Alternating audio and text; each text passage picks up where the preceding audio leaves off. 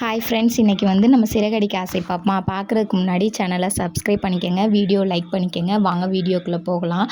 ஒரு வழியாக பார்த்திங்கன்னா அருண் வந்து திருந்தி தான் பொண்டாட்டியை கூட்டிகிட்டு போவோம் அப்படின்னு சொல்லி இங்கே வந்திருக்காரு. வந்து கூப்பிட்றாரு, வாமா போகலாம், நான் வந்து உன்னை கஷ்டப்படுத்தணும்னு கஷ்டப்படுத்தலை, எங்கள் அம்மா இறந்ததுக்கப்புறம் நான் என்ன பண்ணுறேன்னு எனக்கே தெரியலை அப்படின்னு சொல்லி சொல்கிறாரு. சொன்ன உடனேயும் நான் வந்து எங்கள் அக்காட்டையும் எங்கள் மாமாட்டையும் கேட்டுட்டு தான் வருவேன், ஆஸ்பத்திரியில் ஒரு வேலை இருக்குது அப்படின்னு சொல்லி சொல்கிறாங்க. சொன்னோடனையும் சரி, நீ உனக்கு எப்போ வரணும்னு விருப்பம் இருக்கோ அப்போ வா அப்படின்னு சொல்லிட்டு அவர் போயிடுறாரு.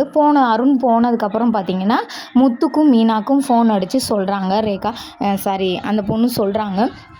சொல்லையில் திரும்ப மீனாவும் முத்தும் வந்து அவங்க வீட்டிலையே போய் அருண் வீட்டிலையே போய் நான் வந்து இவ்வளோ தூரம் நீ திருந்தி வருவேன்னு நினைக்கவே இல்லை அருண், நான் வந்து உன்னை அட்வைஸ் பண்ணுறேன், நீ நினைக்காத, நீ வந்து நமக்கு வந்து நல்லதுக்கோ கஷ்டத்துக்கோ கெட்டதுக்கோ எல்லாத்துக்கும் ஒரு கஷ்ட துணைக்கு நிற்கிறதுன்னு பார்த்தீங்கன்னா ஒய்ஃப் மட்டும்தான்.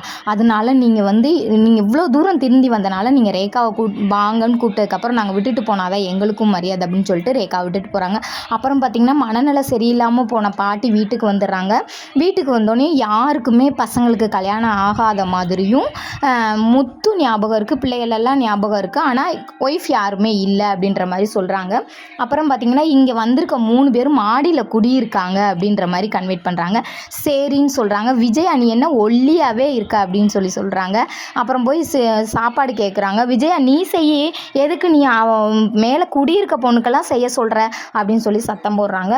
அப்புறம் பார்த்திங்கன்னா ஒரு வழியாக வந்து நம்ம சிந்தாமணி நடத்திய நாடகத்துலேயும் அரங்கேற்றம் ஆயிடுச்சு. சத்யாவையும் ரேகாவும் வீட்டோடு வச்சுக்கணும்னு நினைக்கிறாங்க. அதே மாதிரி ரேகாவும் சத்யாவும் அவங்க கூட சிந்தாமணி கூடயே தான் இனி இருப்பாங்கன்னு நினைக்கிறேன். சத்யாவுமே ஒரு வழிக்கு வந்துட்டாப்புல. ரேகா சொல்கிறத தானே அவரும் கேட்க முடியும். ரேகாவும் வசதியாகவே இருந்து பழக்கப்பட்டவங்க. அவங்களுக்கு வந்து அங்கே இருக்கிற கட்டில் இங்கே கம்ஃபர்டபுளாக இருக்கும். தான் அப்பாவுக்கு வேற முடியலைன்ற போது இங்கே தான் இருப்பாங்க. இனி வந்து இங்கே தான் இருப்பாங்கன்னு நினைக்கிறேன். இனி நாடகத்தை எப்படி கொண்டு போகிறாங்களோ அதுக்கு தக்கன போட்டு விட்றேன். பாய்.